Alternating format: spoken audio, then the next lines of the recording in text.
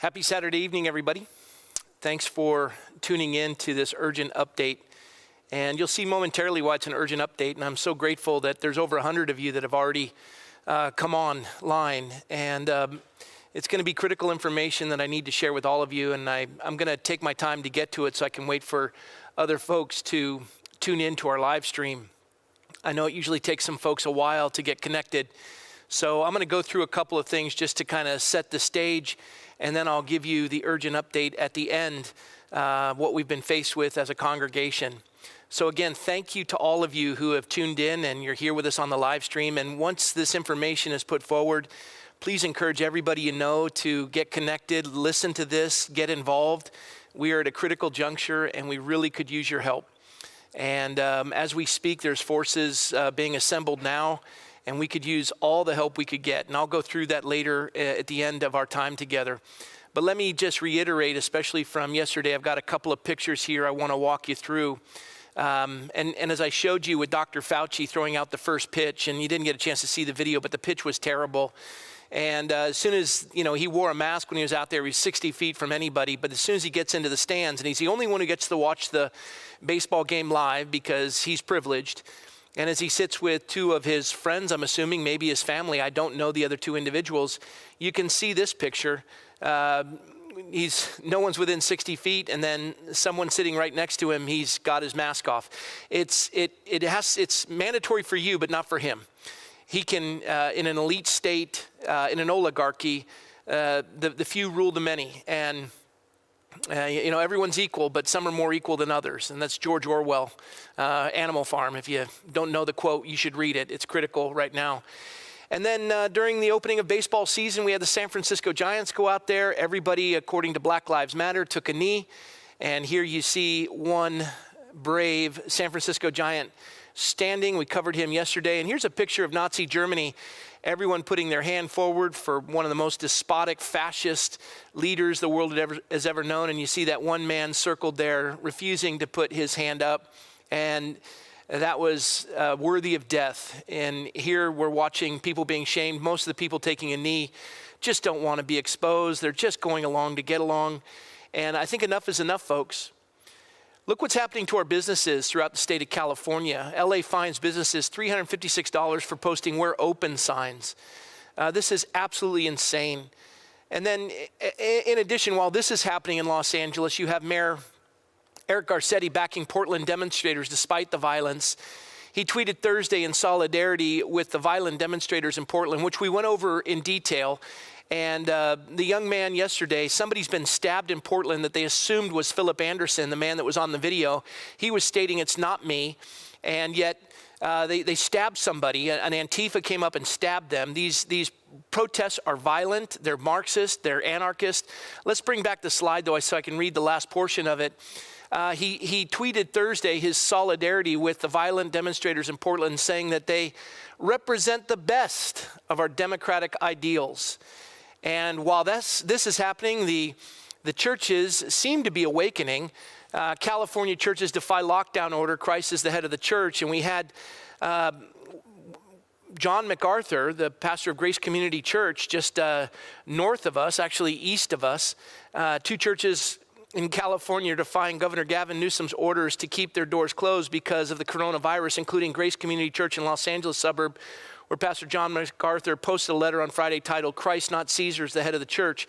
I don't know if they're including us as one of the two churches, but I do know Jack Hibbs is open. I know there's a number of other churches open, but I'm glad at least that reporter covered some of it. So some churches are coming to a place of defiance, standing in opposition to a virus that has a 99% survival rate, 99.3, 99.5, 99.7. And of course, as we're looking at the numbers, which are exaggerated, and we're watching, and by the way, at the end of the time together tonight, I'm going to ask you to give me evidence, firsthand evidence, because there's a number of you that have shared with us that you know of people that went to go get tested for COVID, stood in the line and decided to go home, and that were informed later that they were COVID positive. And I've heard this from a number of you. So I want firsthand knowledge. I want the evidence given to us so that we can contact these people as we put our case together. In case you're wondering what all this is about, we can take a look at the LA Teachers Union, their demands. They want to defund police. They want a moratorium on charter schools. They want financial support for undocumented students and families. They want federal Medicare for all, and they want a state wealth tax. These are all the demands before they reopen the schools. This is an absolute attack on our nation.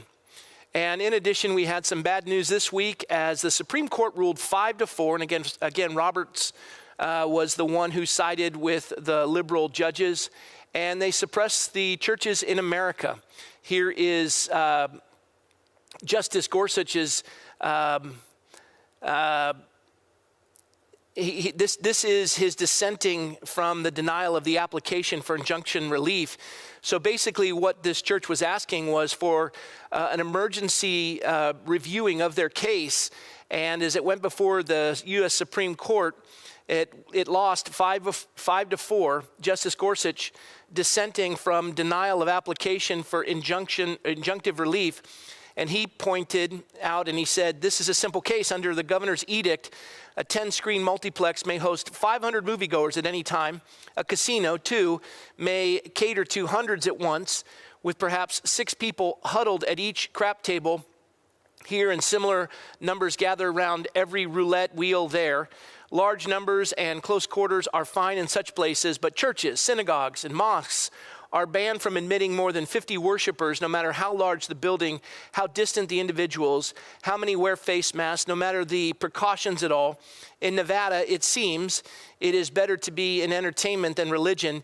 Maybe that is nothing new, but the First Amendment prohibits such obvious discrimination against the exercise of religion. The world we inhabit today, with the pandemic upon us, poses unusual challenges, but there is in no world in which the Constitution permits Nevada to favor Caesar's Palace over Calvary Chapel. Of course, he was the dissenting view, along with 3 other justices. We lost that. It seemed to embolden government leaders, and we'll cover that momentarily. But on a positive note, there was a young man who was wearing a Make America Great Again hat and was accosted by protesters. The press portrayed him as smiling when in reality he was the one being attacked. This case went, they sued, and the wealthiest individual from CNN, interestingly enough, is now Nick Sandmann. He settled for $250 million with the Washington Post and CNN and took them to task. So this young 18-year-old just became $250 million richer because of a violation of this First Amendment and fake news. Now, on a sad note, tragically, we see Black Lives Matter, but apparently Black lives don't matter if you're a Trump supporter. Black lives don't matter if you are part of the Blexit, blacks exiting the Democratic Party. If you're conservative, your black life doesn't matter. It has nothing to do with black lives. It has to do with Marxist ideology. We believe Black Lives Matter, but we do not believe in the organization Black Lives Matter. We've covered that. If you're still confused about it, go to yesterday's episode. But trust me, it is not an organization you want to fund or be a part of. This black Trump supporter was shot to death. Let me go back here, please. Where was it? Well, there we go. Black Trump supporter was shot to death in Milwaukee hours after pro-Trump interview. And a drive-by yesterday just shot him to death. And tragic, absolutely tragic. And here we continue with this mask charade. We've already gone through the issues of the mask and the silliness of it all. You want to contend with, you wanting case studies, we provided all those. And here you can see the New England Journal of Medicine, universal masking in hospital, COVID-19 era. You can read this on your own. Wearing a mask outside healthcare facilities offers little, if any, protection from infections. And it goes on to cover that in more detail. When Dr. Kelly Victory was on the show, she gave the listing of all the peer-reviewed studies. You can take a look at those at your leisure. And then Erica Franzve, she is a wonderful person, a dear friend. She's been to our congregation many times, and I love what she has to say about what we're facing and all these laws that we're up against by the state of California and these draconian rules. This is from the Falkirk Center, of which she is a fellow, and it says, easy to navigate through political discord when you understand the truth. Any human law that contradicts God's moral law is an unjust law. So true. So now, I wasn't going to keep you long, and I don't plan to do that. But I wanted to share with you that after yesterday's, well, let me correct that. before yesterday's broadcast, I received a text. The text came from a man named Rigo Vargas. He says, Pastor Rob, this is Public Health Director Rigo Vargas. Can you call me when you get a chance? That was at 5:12. I was preparing for the broadcast. I didn't receive it. And at 6:59, just before the show started, I typed, I'm live at 7 p.m. and will conclude by 8:15. I will call you then. I had to actually just type THE because I didn't have the time to put the N because we went live. So at the conclusion of covering all that we're facing as a nation, knowing what the governor's done, knowing that we're in violation of it, I got home. I got to a good cell coverage location and I called Rigo Vargas. Let me just tell you who Rigo Vargas is. A lot of you have heard of Dr. Robert Levin, who is the health officer here in our county, who has been responsible, the public health medical director, who's been responsible for these health directives that have shut down our county. And we're looking at not a spike in death, not a spike in hospitalizations, a spike in cases, but what does that mean? And yet we're still doing a lockdown throughout the county. We're shutting churches. We're bordering businesses. It is the most draconian, miserable actions of any state. It's vile. And so Dr. Robert Levin, who has come out about contact tracing and the like, shutting down an apartment complex, keeping that entire complex under lockdown, and then realizing there was only one positive case, lifted the lockdown. They are going after contact tracing. They are committed fully in Ventura County. And as I got a call from Rigo Vargas, here is who he is. Take a look. You have the healthcare agency director, Johnson, and then below that is the public health director, Rigoberto Vargas, or Rigo Vargas. And he is critical component to Ventura County. Equal to him, but just to the side, is the Public Health Medical Director, Robert Levin. So in essence, the health officer reports to Rigo Vargas, and Rigo reports to the Healthcare Agency Director, Johnson. And with all that stated, this man is almost at the top of the food chain. And I called him. And I know who he is. I've met him. And I said, Rigo, how you doing? He says, good. And he called me Pastor McCoy. He was very gracious, very kind on the phone. He said, I'm calling to see if you're complying by the health officer, the directives, and that which you've been required to do. My response to him was, are you calling all the churches to ask this question? His answer, honestly, was, no, we are not. We received a complaint, and so we're calling you directly. And I said, well, if you're asking if we're complying to the First Amendment, the answer is yes. If you're asking if we're complying to the draconian measures that you've placed upon the church, which you are not placing upon Black Lives Matter or any of the protesters, the answer is no. He said, that's all I needed to hear. We're going to have to move forward with action. And I said, I understand that, Rigo. I said, you do know that I was in elected office, that I resigned from that elective office because I knew that they would have to censure me, and they would continue to have to censure me because I knew that there wasn't going to be an end to this. I knew it was going to cause our entire city consternation as they've got a city to run.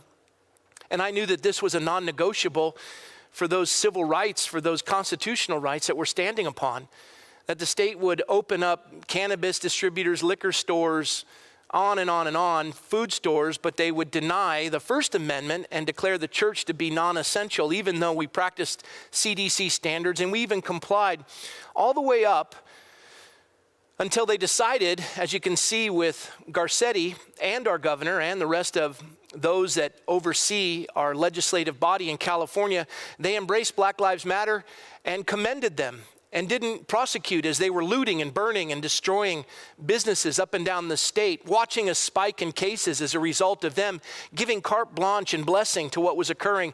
We realized then it had nothing to do with the health of our state, nor our county, nor our city.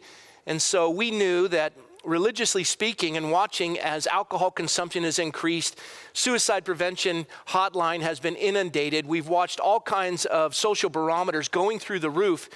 We realized the importance that we needed to open, and we did. We looked at all the data, the empirical evidence. We've had doctors on the show. We've reviewed all of these things. And we came to the conclusion as we've invested in the church, we've got ionizing machines where anyone who is of high comorbidity, we provide a broadcast FM station, encourage them to stay home, but exercising religious freedom and the freedom that you don't quarantine the healthy, you quarantine the sick, which they're not doing. There are no cases of any child contracting 18 years of age or under COVID dying from it, meaning dying from it, that didn't have comorbidities, hospitalization. And yet we're closing all of our schools and demanding these draconian measures by the unions before they'll even be willing to open the schools. We're realizing that this has nothing to do with health. It is a political ideology trying to be imposed upon the citizenry of our state, and we've had enough. And so I said to Rigo, I said, I just wanted to let you know that out of respect and love for the city that I was a council member and a mayor of, and for love of the county in which I reside, I've not gone public with this. I have done no interviews. I didn't seek to cause any trouble. As a matter of fact, when they list those newspaper articles, it states nothing about Calvary Chapel of Thousand Oaks. It talks about John MacArthur. He's come into the game in the fourth quarter, and he's all over the news, and I'm thrilled by that, quite frankly. However, we've been doing this a while, and I haven't gone nationwide with it. I've had every opportunity to, but I told Rigo, I said, I've avoided that for the sake of my friends on the council and those that I believe will do the right thing at the county level. And I said, you've got a tough job. I know what it's like to be in public office, and I pray for you. I said, but if you're going to invoke this and you're going to place measures upon us and you're going to threaten us, I just want you to know that there's going to be a return on investment, that if you're a businessman or even in public office, you need to see what the return on investment is. And at this point, if you come after us and you want to enforce these rules and you want to cause us to be closed, the gloves are off. I don't want to fight. I never have. I don't want to fight. I just want to be left alone and let our people worship their God. But you're going to come after us, and if you do, the gloves are off. We're going national. And so with that being stated, I sent that out. I told him we've lawyered up and we're ready for this fight. He said, I appreciate you being candid with me. I said, I would appreciate it if you'd let me know when you're going to enforce these so that we can prepare the congregation so that we can be peaceful in that respect, because we are good people. But there will be a visual. And if you want to put us in handcuffs and you want that, that's not going to look good across the nation. We're not going to probably win in California or the Ninth Circuit, and maybe not even win with the Supreme Court, considering how Justice Roberts has been ruling. But that narrative across the nation is not going to be a pretty one. I'd like it if you could avoid it, but if you're going to go forward with it, I just want you to know that if you give us fair warning, we'll be prepared. We will take pictures, but the way that you address it is going to be wholly up to you. He said, I appreciate that, and we will do that for you. And I take him at his word. I take him at his word. He was a good man, nice man. And I know he's in a tough spot, and everyone has to make decisions. And he feels as though this is the one he has to make. Heavy is the head that wears the crown. So as we concluded our conversation, I had a peace that came over me. We're going to have an emergency elders meeting to discuss how we move forward.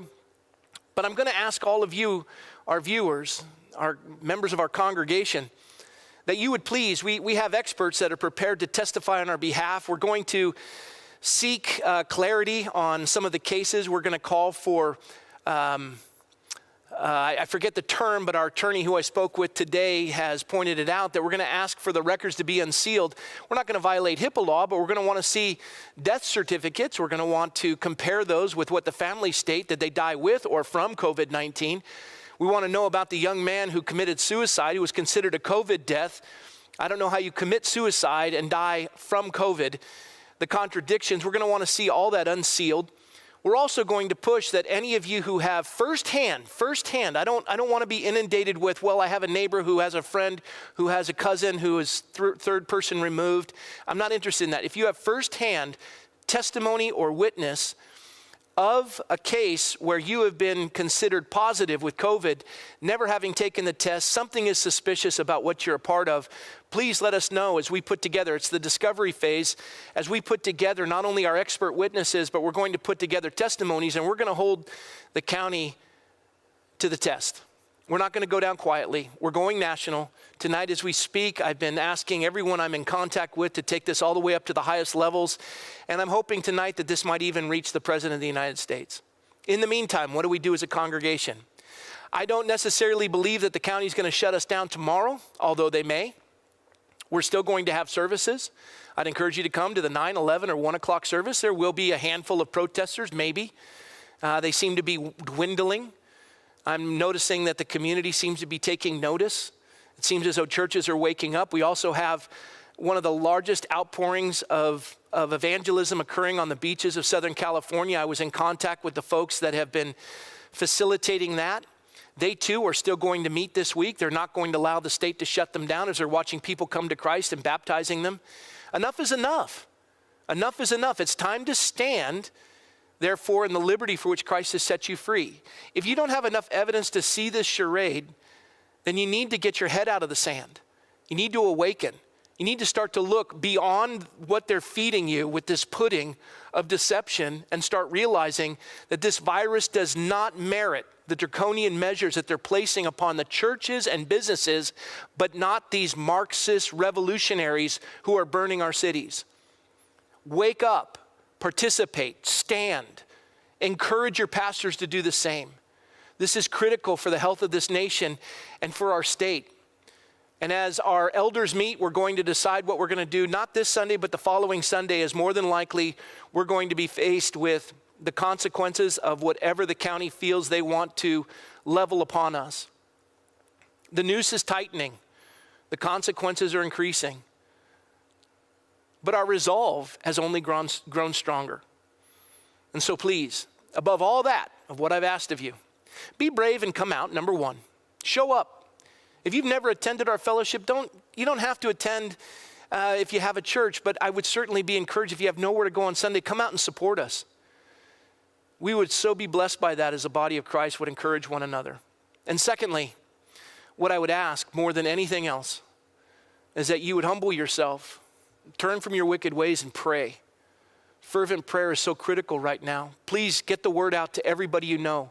Have them subscribe to this YouTube channel. Ask people to watch this. Ask them to pray. Implore them to pray. We are at a critical point in the history of our nation. We're just a tiny little fellowship facing what would be considered a Goliath in the county. But what Goliath didn't realize is the battle wasn't against David and Goliath. The battle was against Goliath and God. I've already given up all this. I'm already dead. You can't threaten me with death. The Apostle Paul said, I have been crucified with Christ. It's no longer I who live, it's Christ who lives in me. What I do, I don't do because of notoriety. We've avoided the press to all of our ability. I have no desire, and anyone who attends this church knows that, I have no desire to be Christian famous. I gave away power. I surrendered my seat.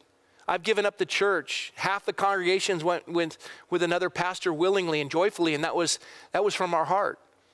I don't want to be the biggest church. I don't want to steal congregants. I've even told you, and you know this, you've been in the services these past Sundays. I've told you once this is all over, go home to your church. This isn't about me. I'm dead. And there's nothing they can take that I haven't already given to God. So fear is gone. It's only increased my resolve to stand. But I would ask all of you, why would you avoid Sunday? What are you afraid of? God hasn't given you a spirit of fear, but of power, love, and a sound mind. We do not live in uninteresting times. This is a refiner's fire. God is sifting. He's looking who really has faith. You can say with your lips you have faith, but faith without acts, faith without works is dead. Now it's time to stand. And I welcome you all tomorrow, 9, 11, and 1. Come out in force. Come out bold, but humble. Big difference. Don't come out shaking your fist because people are never the enemy, they're the opportunity. I concluded the call with Rigo by saying, Rigo, I want you to know something. I'm praying for you. And I meant it. I said, I'm praying God gives you wisdom. You're not my enemy, Rigo. The ideology in which you support is one that I stand against, but you're not my enemy. I'm praying for you. And to his credit, you know what he said? Thank you. Thank you. Come out humble, come out bold, and come out realizing that people aren't the enemy, they're the opportunity. And the people you're standing for are the ones you want to see set free. But it's going to require that, as the Apostle Paul, standing fast therefore in the liberty for which Christ has set you free, he wrote that when he was in prison. Liberty is doing what's right. Stand on behalf of the ones that persecute you. Stand on behalf of the ones that don't understand you. Stand on behalf of the ones that are ignorant and don't know how to deal with all this. Stand and give them courage. Because Jesus said, I've come that you might know the truth, and the truth would set you free. The truth is, Christ has come for liberty. All of man's government, the oligarchies of the world, want to enslave you. They want you to kneel and to bow and to submit. Not in America. Not now, not ever. For 244 years, we have been the land of liberty. Land of the free, home of the brave. And the sovereign in America is the first three words of the Constitution, we the people. And every one of those elected officials governed by our consent. And now it's time to stand. It says in the Declaration of Independence that it's our right, but more importantly, it's our duty. That when any government goes after those inalienable rights, it is our right and our duty to stand in opposition. I'm thrilled that Pastor John MacArthur is now joining us. I kind of look at him as Patton. When he said to the 92nd Airborne or 101st Airborne that were surrounded in the Battle of the Bulge, they said, we weren't surrounded. We were just fighting on every front. And the reality is, it was Patton who said we came to deliver him. He said we didn't need to be delivered. We were doing just fine. I'm glad you've joined the fight. Truly, I am glad that Pastor John is with us. Now it's time for more churches to grow and to stand. And I just ask, please, be humble, be bold, be loving, and above all else, pray. And we'll see you tomorrow night. Thank you all for your prayers. It's an honor to be your pastor. A lot of strength that comes from knowing how many people are holding us up. Last thing, I officiated a funeral for my friend's wife, and she was my friend too, Dee Wilson. They'd been married 68 years. I saw the picture of them on their wedding day. Staff Sergeant Robert Wilson, was in his Marine Corps uniform, fresh back from Korea, where he had survived the Chosin Reservoir. He had fought so that half of the Korean peninsula could remain free. And now today with freedom, they're the 11th largest GDP on the face of the earth. A huge revival occurred in South Korea, a strong Christian nation. And for 68 years, he and his best friend walked hand in hand. And today he said goodbye. And I looked at him and I said, Bob, what you did for the Korean people and what you did for America, I just want you to know I'm honored to call you a friend. And with you I stand. And the gift that you've given to this nation isn't going to die on my watch, nor on yours. And so please, find it within yourself, that courage. Don't quit, don't give up, don't cower. And I'll see you tomorrow. God bless you all. And I want to close with number 6. May the Lord bless you and keep you. May the Lord make his face to shine upon you and be gracious to you. May the Lord lift up his countenance upon you and give you peace. Peace is not the absence of danger, but the presence of the Lord in the midst of the danger. Don't forget that, and we'll see you tomorrow. God bless you all, and good night, everybody.